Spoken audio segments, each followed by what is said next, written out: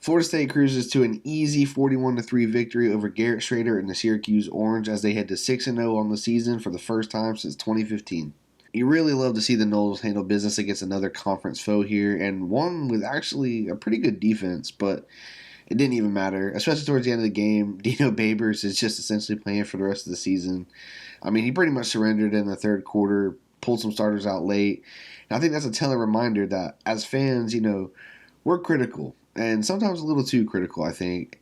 We just want this team to reach its ceiling so bad and reach its full potential so bad that we forget, even when it isn't perfect, Florida State still has that effect on teams. Florida State can absolutely exhaust their opponents and even opponents' coaches. Side note, Dino Babers, class act as always, but man, if I'm a Syracuse fan listening to his post-game presser, I'm pretty upset.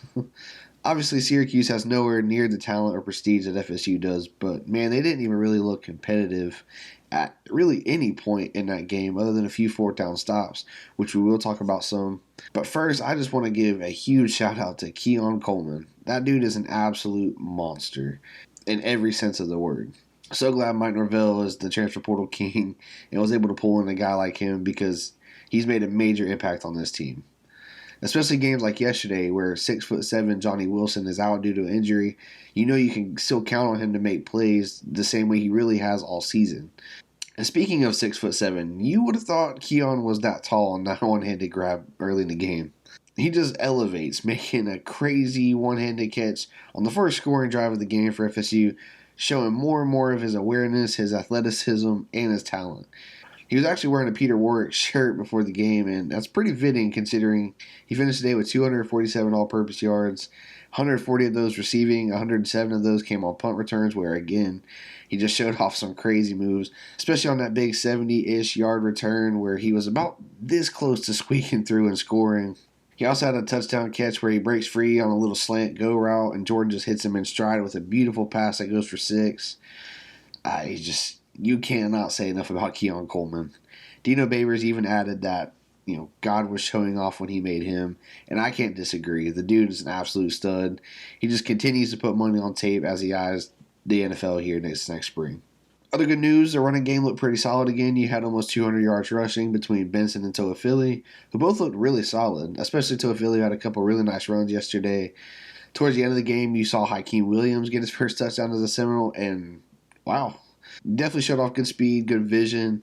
I believe it was a 44-yard touchdown catch, and it was actually really cool to see that out of him. He was a highly touted receiver in the 2023 class, a 5-star kid, and that play yesterday showcased why. He had a little bit of issues with kind of conditioning and being in college shape when he got there, but it seems like they kind of worked some of that out, and good to see him taking reps. I know if I was a 5-star wide receiver named Jeremiah Smith, I'd be eyeballing that a little bit more, keeping an eye out on this offense built for playmakers. But yeah, lots of good stuff from this offense yesterday, especially considering you still, as good as it was, putting up over 40 points, you feel like they still kind of left a couple scores out there. At times on offense, you saw a few miscues. You saw the offensive line mix up some assignments, resulting in Jordan Travis coming under pressure a little bit. He even took a few shots that, kind of made FSU fans hold their breath a little bit yesterday. You definitely like to see the offensive line getting better, and to their credit, they have been improving pretty much every game, in my opinion, especially in their run blocking. Receivers had a few drops, too, that kind of hurt drives, especially a couple from Trey Benson. Then a few fourth down stops that you kind of hate to see. One down in the red zone where the play calling is just a little weird. They line up Jaheim Bell and DJ Lundy in kind of a wildcat and roll Jordan Travis out wide. And the play pretty much goes nowhere. I definitely think it's a bit of a head scratcher as far as the call. But, I do think it was more of one of those experimental things. I think if it was a close game and that sequence mattered, you probably just see a run up the middle to gain the yard that you need. I think it was just a little too cute of a call in that spot. You really didn't need to get cute at all. You've been dominating Syracuse all game at that point. Jordan Travis definitely didn't seem too happy with it, understandably so. But coaches are people too, guys. They have off days. They make mistakes. And I do think situations matter. So I don't expect that you'll see that kind of a play call in a tight game in, say, the ACC championship or something like that. I think they were just in a spot where they could afford to gamble, and they did. It just didn't work. Also, after the game, Mike Norvell totally owned it, and admitted that it was probably not the best call there. It's good to see. Now we can just move on. On the defensive side of the ball, you just suffocated them. Syracuse couldn't get anything going at all. That's extra impressive considering they have a decent mobile QB in Garrett Schrader. And everybody knows that mobile QBs have kind of shown a tendency to be a nightmare for Florida State. Last time we played him when he was healthy, he ran for like 130, 140 yards against us back in 2021. So the fact that this defense held Syracuse to no touchdowns was impressive. But they also held Schrader himself to negative 10 rushing yards. Just a dominant day overall by the defense. Shaheem Brown kind of grew up back there in the backfield, having a career day and total 1.5 sacks, I believe. In the post game, he actually said that was probably the best the defense has communicated all season, which is nice to hear considering we're halfway through. Josh Farmer had a nice strip sack and fumble recovery by Jared Verse. And I think if you look back to that Clemson game, especially the second half, you allowed 1 touchdown to Clemson, and you scored 1. You allowed 10 to Virginia Tech and 3 all day long against Syracuse. I think Fuller and this defense has looked a lot different than they did in the earlier part of the year. And I think they're applying more pressure. The DBs are keeping up with receivers better. It just seems like the defense is playing much, much better since Clemson. And hopefully we see that continue as we head into the second half of the season.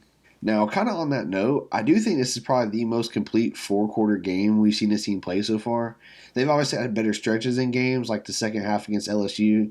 But as far as a consistent 4-quarter game, I think this is probably the most well-rounded we've seen. The offense looked pretty good. The defense was elite from start to finish. I still think both sides have things to clean up. And listen, I know it hasn't exactly been perfect, hasn't been as polished as we kind of thought it could be, especially on offense. Obviously, Jordan Travis has had some struggles and isn't putting up the Heisman kind of stats we would have hoped. But, we talk about this team's identity, especially on offense, but really just the whole team in general, all sides of the ball. I think this team's identity is its toughness, its grit. It's not always pretty, it's not always perfect, but this team, even in a jam, even through lots of adversity, finds a way to outplay, put the game on their shoulders, and find a way to win. And even at times dominate like they did against Syracuse. Even though it hasn't been perfect, they're proving that they can and will win these games. And I think that continues. I think this team is absolutely a top 5 team. I think they can compete with any team in the country. And I do think that they will make the playoffs and have a chance to prove that. And to expand on that a little further, similar to last year, I think they're just starting to hit their stride and go into a stretch of playing their best football, which I do believe their best game, their best football is ahead of them, which is a promising sign considering they're already 6-0. Now, all eyes turn to Duke next week for a primetime kickoff like we had all hoped. We'll see if Riley Leonard is expected back for that game or not, but that will be the 3rd or 4th consecutive home game this season to sell out. You guys have been packing dope and showing up for the team, and man, that's awesome. But we have a chance to get to 7-0, continue a run at the playoffs. We'll do kind of like a breakdown and prediction into the Duke game later this week. But in the meantime, what was your favorite play of the game yesterday? What are you still kind of looking to see as we move forward? Let me know in the comments, and let's talk Noles.